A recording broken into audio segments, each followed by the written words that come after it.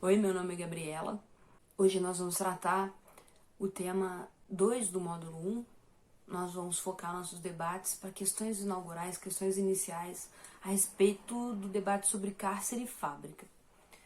Para começar a discorrer sobre isso, eu vou operar num patamar um pouquinho mais abstrato do debate, recorrer um pouquinho a uma conversa que pode ganhar uma tônica meio filosófica, um pouquinho mais abstrata, porque eu acredito que a gente precisa deixar isso bem solidificado para poder avançar, né, nessa, mais especificamente sobre a questão aqui que nos preocupa. Por quê?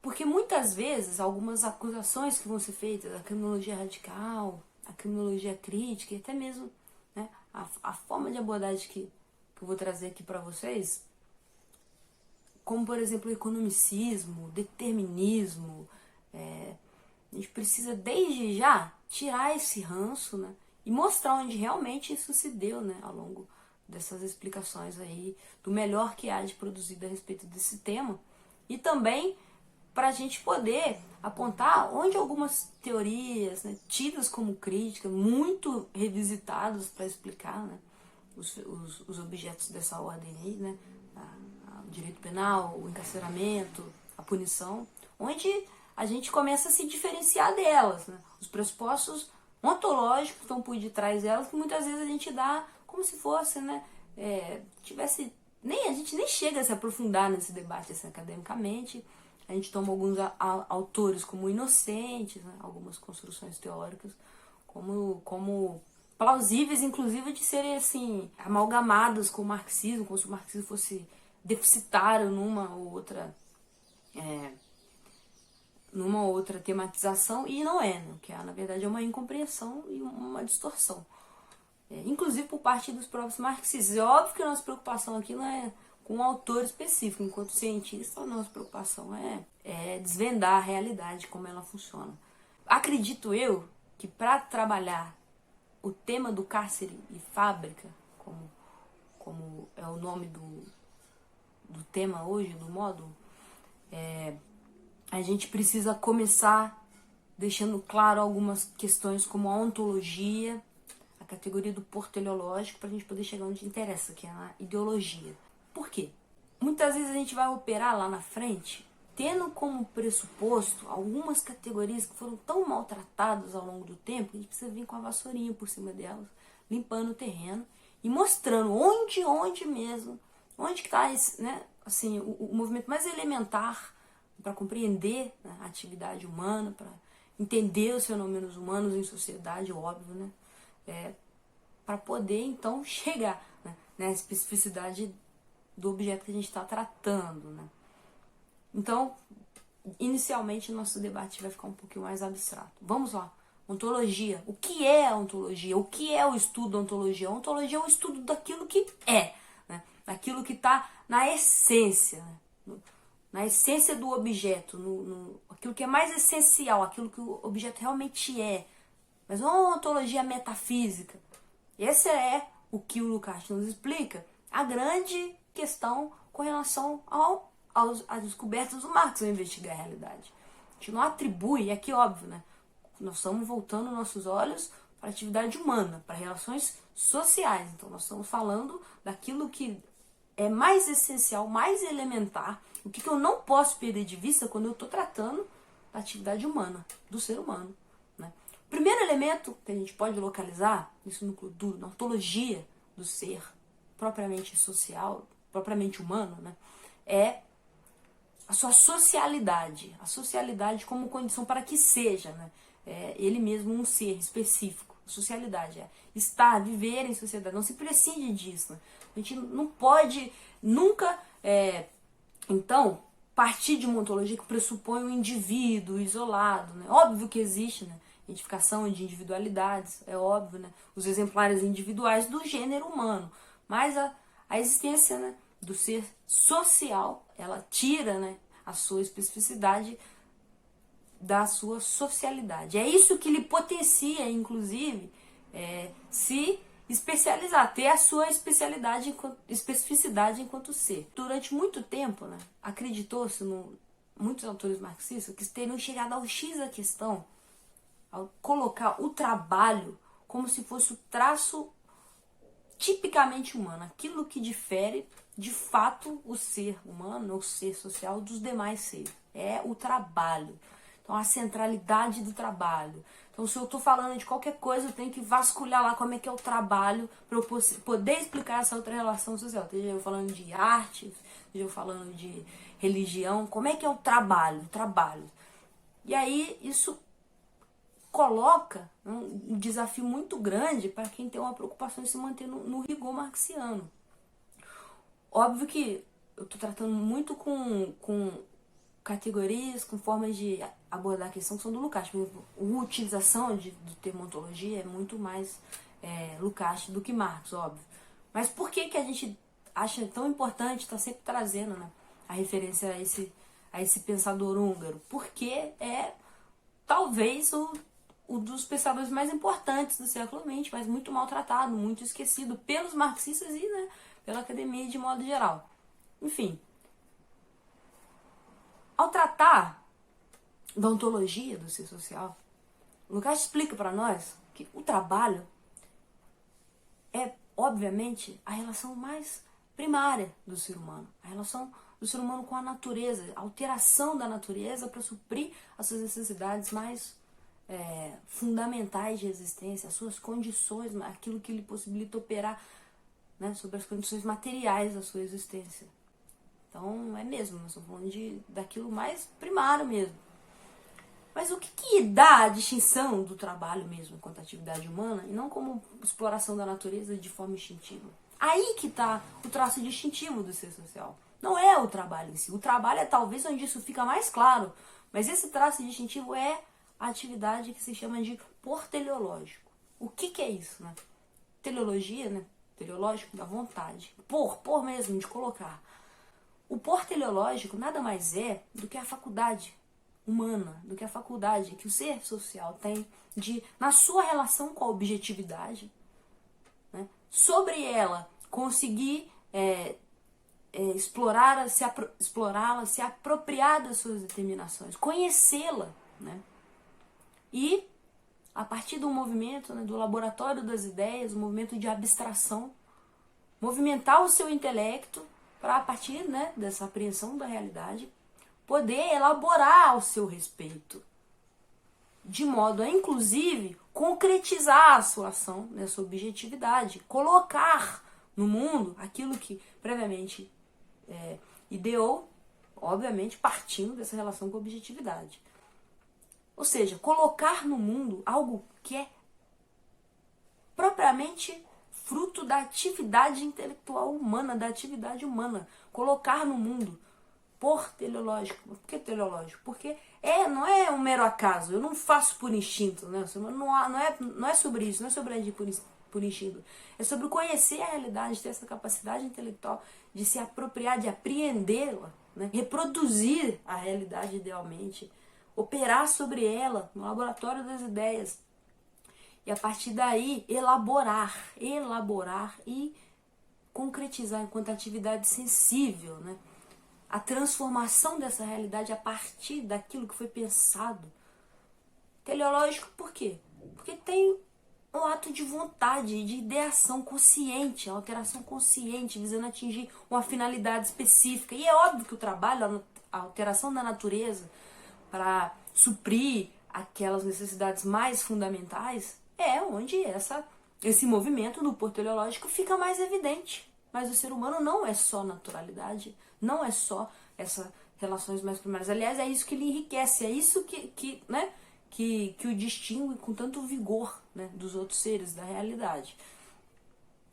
Ao, né, desenvolver a sua exploração, a sua relação com a objetividade para satisfazer as suas necessidades, né, se valendo dessa capacidade, desse traço seu, desse porteleológico, essa capacidade de elaborar sobre a realidade e sobre ela, né, objetivar aquilo que necessita para continuar reproduzindo sua vida em sociedade, conforme se complexifica o modo como, né, a gente trava essas relações de alteração das barreiras naturais, a gente complexifica também a atividade que dá conta dessas relações que se formam, né? Ao produzir a vida material, estabelece-se necessariamente relações sociais. E conforme se desenvolve a capacidade do ser humano, né, de operar sobre essa realidade concreta, se desenvolvem também, né, porque também são condições para que se desenvolva essa operação primária sobre o mundo, relações sociais. Elas se complexificam, elas ganham um certo patamar de autonomia com relação até mesmo à esfera do trabalho, da produção material mais imediata da vida. Esses pores no mundo, né, essa capacidade de conceber, apreender as relações sociais, não necessariamente as relações sociais diretamente ligadas à produção, mas aquelas que, obviamente, né, dentro de um modo de vida, do modo de produzir específico, se travam entre os seres humanos, entre gênero, a observação, a apreensão dessas relações e a ideação sobre elas, a elaboração sobre elas, é um movimento, portanto, secundário, né? Se a gente pode, assim, né? Não é um escalonamento, né? Mas ela se dá já obviamente, partindo de uma esfera mais nuclear dessas relações, que é a produção material da vida. E para produzir materialmente a vida, travam-se relações sociais de produção da vida. Quando eu elaboro sobre essas relações, né, esse é o pôr teleológico secundário. Eu me volto, né, com a capacidade cognitiva humana para dar resposta aos problemas, às questões que surgem dessas relações sociais, né, e sobre elas eu opero, óbvio, num patamar um pouco mais distante, né, desse chão, vamos dizer assim, material, da produção da vida. Eu estou elaborando sobre relações sociais que surgem da relação com a produção da vida material. Esse é o pôr teleológico secundário. Então, as ideias, as formas de consciência que vão surgir para responder, né, para dar rumo a essas relações sociais, óbvio, né, respondendo também ao modo específico de produzir a vida material. Esse movimento, né, essas ideias que se voltam para dar resposta aos conflitos da ordem social, esse movimento ele é muito importante para a gente distinguir uma categoria fundamental para os estudos, né, da maior parte dos temas principais aí que as ciências humanas gostam de abordar, que é a categoria da ideologia. O que é ideologia? Óbvio que não tem todo um debate, tem reiterações, modificações na forma como Marx aborda o problema, mas no momento mais acabado da concepção marxiana a respeito, né, do que seria a ideologia, o que é essa categoria, por que ela é tão importante, quem explica muito bem é o Lukács. Né? A bibliografia está disponível, eu estou tentando assim, fazer uma explanação, eu estou obviamente me apoiando em tudo que foi lido e está disposto no material. Talvez não vou conseguir detalhadamente parar e dar, óbvio que eu vou fazer remissões, eu estou tratando de ontologia de ser social, volume 1, volume 2. Muito mais aqui, né, falando de ideologia, volume 2. Mas também estou utilizando outros textos muito importantes, né? Esther Weissman, Usina Autossocietária do Pensamento, Ideologia e sua Determinação Essencial, tudo isso que está disponível na bibliografia. Vou tentar ser mais remissiva. Enfim, retomando, por que essa categoria é tão importante da ideologia para a gente estudar? Né? A maior parte dos temas mais caros às ciências humanas, ou a religião, o direito, a política, né? As formas de consciência, as relações que se dão nesses âmbitos. A ideologia nada tem a ver com falsa consciência. Nada, quer dizer, até tem, mas não é sobre isso, né? Não é auto-ser, não é isso que explica esse fenômeno. Ideologia nada mais são do que aquelas ideias, aquelas formas de consciência, aqueles produtos, né, que nas relações sociais se formam, né, se alçam como ideias, como alternativas para dar rumo, para resolver, para responder às questões que surgem no desenvolvimento da vida em sociedade. Né? Mais especificamente aqueles conflitos sociais que surgem das relações sociais de produção material da vida. A ideologia são ideias que têm uma função social, que são capazes de cumprir uma função social, de responder à realidade social, né? E como que a gente consegue deixar isso mais claro? Tem que lembrar que a gente não pode voar, a gente tem que voltar para o direito, tem que voltar para o cárcere, tem que voltar para a fábrica. Por que recuperar operações tão abstratas da filosofia? Explicar aí ontologia, portelológico, filosofia, ideologia. Se a gente tenta fazer assim, uma abstração isoladora, pensar de uma forma assim, tentando de alguma forma remeter, como é muito comum, o próprio Marx, o Lukács também, a uma forma social específica, né, com um dado patamar de desenvolvimento das relações de produção, das forças produtivas. Um pouco diferente, um pouco menos complexo, assim, do que hoje, né? O pessoal da antropologia talvez queira enforcar a gente, né? Dizer que outros modos de produção são menos complexos. Isso não é uma avaliação, não é um juízo de valor moral, nada disso, né? São assim, botar nesse patamar mais abstrato para poder visualizar isso, né? Ao passo que produzem a sua existência material, ao passo que a gente precisa decidir, uma dada civilização precisa decidir como planta, como colhe, como cuida de suas crianças, como cuida de seus doentes, né? Como se relaciona, né, com a natureza. Surgem, né, é óbvio, explicações sobre como funciona essa realidade material, para que eu possa, inclusive, a partir dessas explicações concebidas idealmente, né, pelo ser social, óbvio, na sua relação com aquilo, surgem explicações, e dessas explicações surgem alternativas para que eu possa retroagir sobre essa realidade social, organizando a minha vida em sociedade.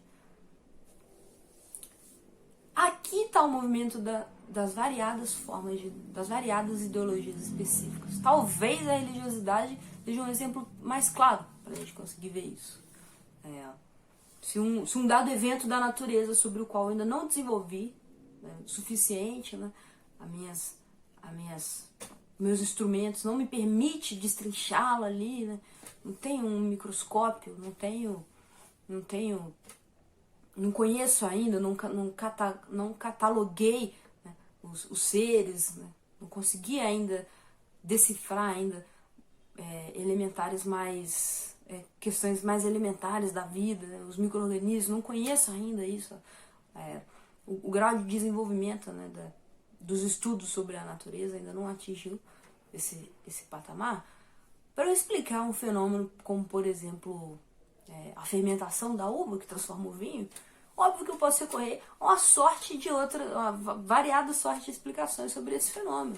Eu tinha uma uva na parreira e no chão, depois de um tempo, ela simplesmente vira uma substância que me deixa alegre, eufórico, torna tudo mais prazeroso. Eu não conheço o procedimento da fermentação, as bactérias que decompõem a molécula de glicose e transformam em álcool. Eu não conheço, eu não tenho microscópio.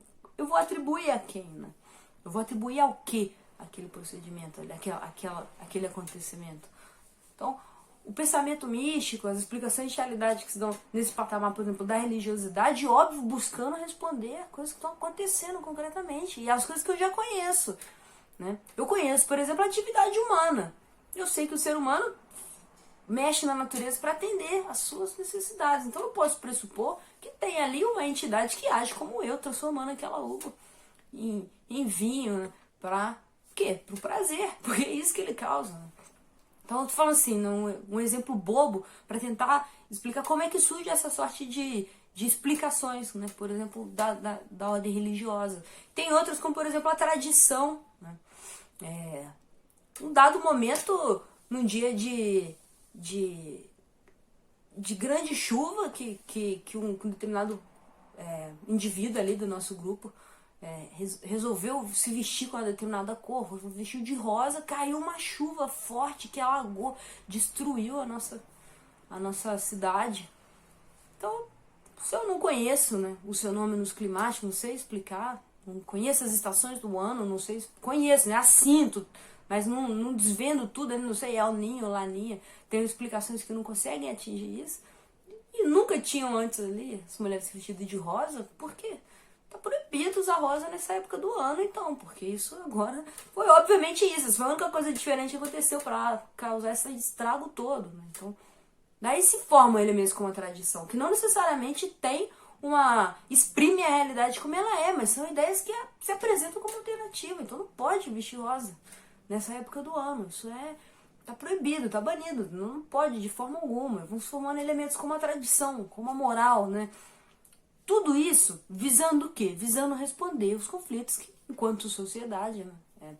Enquanto produção material da vida, o ser social precisa lidar. E aí começam a surgir, né? Óbvio, conforme vai se complexificando as relações sociais, um nível mais distante, talvez, desses fenômenos naturais. Por que esse procedimento de tentar, de uma forma bem jocosa, explicar o fenômeno da ideologia? Para perceber que vão surgir várias formas de se conceber e de se atuar sobre as relações sociais, visando garantir a reprodução da vida daquela sociedade. E óbvio que se eu tenho uma sociedade dividida em classes, aí óbvio vão surgir questões como interesses particulares de cada uma. Isso tudo vai se refletir na determinação dessas formas de pensamento. E elas vão se alçar à condição de responder, de alternativa, para pautar aquela sociabilidade, para conduzi-la na resolução desses conflitos. A gente precisa entender isso para começar a separar, por exemplo, ideologias específicas. O que dá, então, a especificidade da religião? O que dá a especificidade da tradição, da ética, né, a moral? O que dá a especificidade da política e do direito? Né? Mas aqui, óbvio, não vou tratar de tudo, vou focar na questão do direito. A gênese, a forma como se constitui, como essas ideias surgem e a função que elas desempenham num dado momento histórico específico, em um dado modo de produção da vida material específico, é isso que vai me mostrar, né, a especificidade daquela ideologia. Então,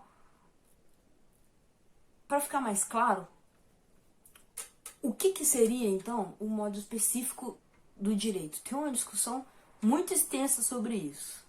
Sobre a especificidade do direito enquanto ideologia.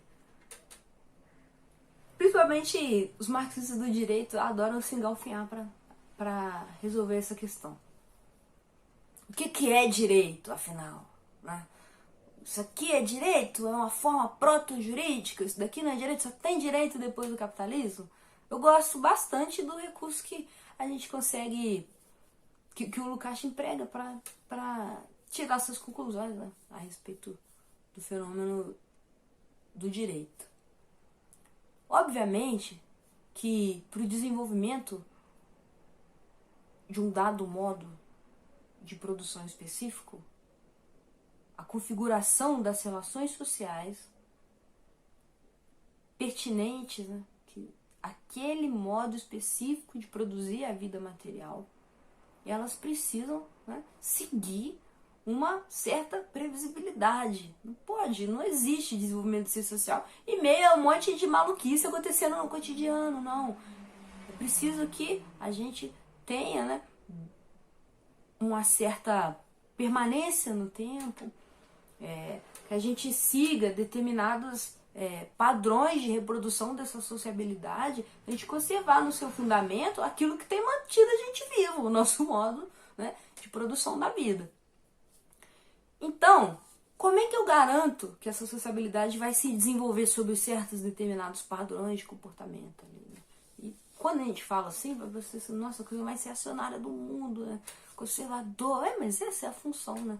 Depois que a gente vai chegar a essa conclusão do direito, conservar. Mas, abstraindo um pouco, né, do que daria ou não esse caráter especificamente jurídico ao direito. O que é o direito? Não, senão qualquer coisa é direito, não política é direito, religião, não, né? Nós temos uma forma de manter, sob um certo padrão, né, a forma como as nossas relações sociais se dão para garantir a reprodução material. Isso, né, a garantia, né, dessa permanência, a garantia de que as relações sociais se operem daquela maneira que elas precisam para a gente continuar vivo, ela pode se valer de esse movimento, né? Ele pode ser feito com o emprego de diversas mediações. Pode ser a mediação religiosa, né? Talvez sociedades com um modo de produção ainda não, né, cuja as ferramentas ainda não são tão desenvolvidas, as forças produtivas ainda não são tão desenvolvidas, isso fique bem evidente, né? Ou a moral, a tradição, né, aquilo que sempre foi e aquilo que deve ser, porque sim, porque é assim, porque os anciões viviam assim, então deve ser assim. Diversas formas de explicação, a violência direta, né? Várias mediações da nossa estabilidade existem para manter as coisas ordenando assim. Então, conjuntos de procedimentos que devem ser seguidos, sejam eles escritos ou não, isso a gente vislumbra em diversas formações sociais, em diversas civilizações. O que é específico do direito? Então, bom, primeiro, né, então assim, é muito difícil em determinadas formações sociais eu falar, ó, até aqui é direito, até aqui é política, até aqui é religião. Óbvio que eu tenho que buscar a especificidade desses poros teleológicos, senão eu vejo o direito em qualquer lugar, né? E não é bem assim. O Código de Hammurabi não tem a mesma lógica das constituições pós-positivistas. Não tem.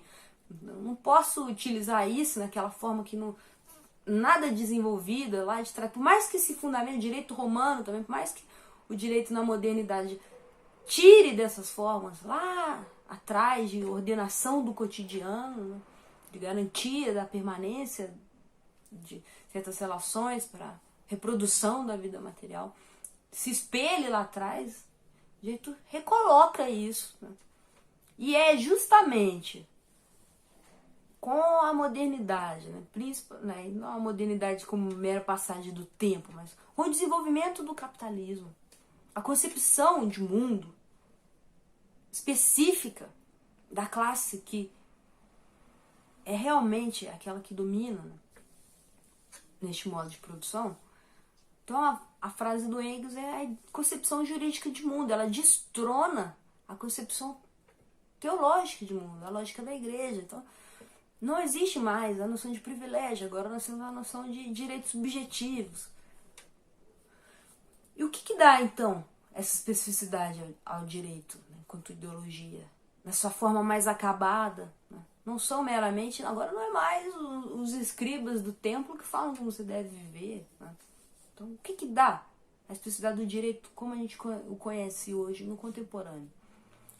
Bom, para o desenvolvimento do capitalismo, óbvio que diversas ideologias foram alçadas, né, para resolver os conflitos sociais do modo que favorecesse, óbvio, a classe em ascensão, que é a burguesia. A concepção jurídica de mundo, por exemplo, é, né, o que o Engels chama de a concepção por excelência da burguesia, a ideologia por excelência.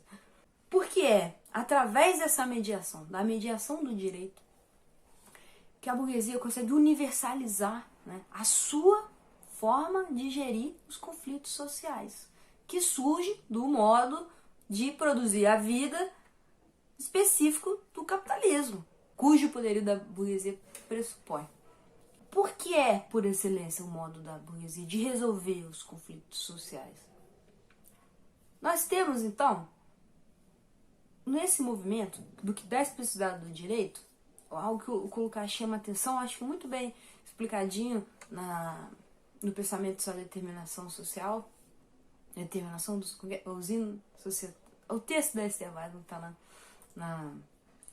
na bibliografia, fica bem explicadinho isso, que é com o desenvolvimento, né, das relações de produção, das relações sociais que se dão dentro desse modo específico de produzir a vida material, para resolver esse conflito de sociabilidade, é criado um corpo específico, um grupo específico para dar conta desse conflito, sobre uma lógica própria de funcionamento, já pressupondo, né, uma forma específica sobre como essas relações sociais devem se dar, para dentro dessa lógica específica, óbvio, com uma certa maleabilidade, que é típica do direito, possa responder esses conflitos sociais, né, sem, é claro, atuar nas relações materiais de produção. Eu não administro meus conflitos sociais alterando aquilo que está na base. Eu administro ele pressupondo concepções sobre relações sociais que já tem na sua base, né, um outro pressuposto, que é aquele modo específico de produção da vida, o do capitalismo. E as formas, né, de relações sociais que existem ali. E é nessas formas, em meio a qual o direito opera para poder responder aqueles conflitos ali, sem, é claro, alterar o que está na sua base. E eu tenho um corpo específico, um grupo destacado, né, de pessoas para gerir esses conflitos. E que, inclusive, elaboram, teoricamente, sobre o quê? Sobre aquelas formas que já estão na superfície do problema. Então, é uma espécie de... É uma espécie de mistificação daquilo que já está mistificado, né? Eu atuo ali, e aí tem...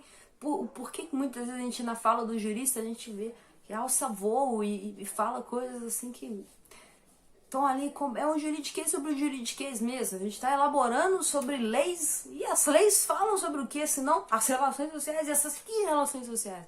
Relações sociais específicas de um modo de produzir a vida, né?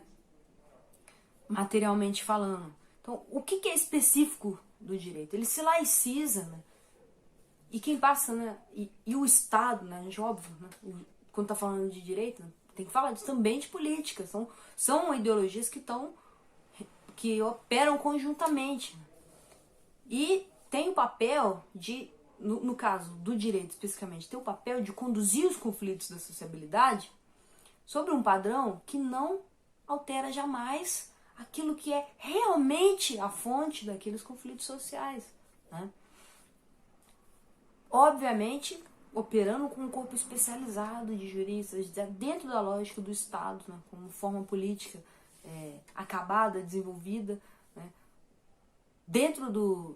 Já com o desenvolvimento do capitalismo. Então, essa é a especificidade do direito, né? É isso, essas são as determinações específicas do direito contra a ideologia, né? É operar dentro de formas que já são formas que estão na superfície, já não são aquelas que chegam à raiz do problema, né? Operar sobre essas formas, né? Já num movimento de mistificação, né? Já num patamar superior aí de aparência, sem chegar a esse problema, operar dentro dessas possibilidades para, é óbvio, ir conduzindo os conflitos da sociabilidade. Conflitos inerentes àquela sociabilidade que está lá por detrás. Sem a ordem social que instaura aqueles conflitos da sociabilidade, sem, inclusive, permitir que chegue até lá. Essa é a função do direito. Garantir o desenvolvimento das relações sociais de produção, sem, entretanto, permitir que altere-se, né, aquilo que está na sua base. E quais são os conflitos sociais por excelência, né, instaurados aí pela ordem burguesa? É a contradição entre capital e trabalho. Mas isso não aparece nas formas jurídicas. É óbvio que essas formas jurídicas não podem parar completamente no ar. Então é óbvio que ela precisa, inclusive, reconhecer, né? O direito precisa reconhecer que o conflito social existe. Olha, existem pobres e ricos, né? E aí, beleza, existe inclusive, né? A gente pode pensar hoje, existe inclusive legislação para lidar com isso. Mas não está na ordem do dia, né? A revolução não é constitucional, né? Eu não trato, né? Eu trato de transferência de renda, eu trato de política de assistência social, saúde, educação, moradia. Tudo isso que é da ordem do quê? Das condições essenciais de existência, produção e reprodução da vida. Eu não trato disso. Eu não trato da socialização, né? Da apropriação privada do lucro. Eu não trato do trabalho, do trabalho não pago. Eu não trato disso. Isso não aparece no Código Civil, isso não aparece de forma alguma. Aparece o quê? A forma fetichizada dessas relações, né? A forma como essas relações precisam ser apreendidas para que eu possa operá-las dentro da lógica do capital. Óbvio que se elas sejam falsas ou verdadeiras, é preciso sim, né, de certa forma, insultar. A gente vê muito uma certa falsidade, né, um certo falsear da realidade está de fato sempre pressuposto no direito ali, né? Não chega a contradição fundamental. A gente não tem luta de classe nos manuais, nos códigos de direito civil e direito penal. Não vai estar lá. Então precisa de um certo falsear da realidade, operar com certas concepções que já em si são concepções que não chegam à raiz do problema. E ter um corpo específico, destacado para gerir esse problema, o corpo dos juristas, o corpo, né, dos profissionais do direito, que não necessariamente, né, obviamente, cumprem as mesmas funções que o do poder político, isso fica muito evidente, mas são necessárias, sim, são imprescindíveis, foram imprescindíveis, têm sido imprescindíveis para o desenvolver dessas relações de produção dentro do capitalismo. Por que essa falazada? Por que toda essa conversa para tentar, e ainda assim com bastante dificuldade, né, e sem aprofundar tanto, o que é o direito enquanto ideologia, o direito enquanto ideologia específica, né, para a gente chegar até aqui, para falar de direito penal, para falar de punição, para falar de cárcere e também para falar de fábrica, né?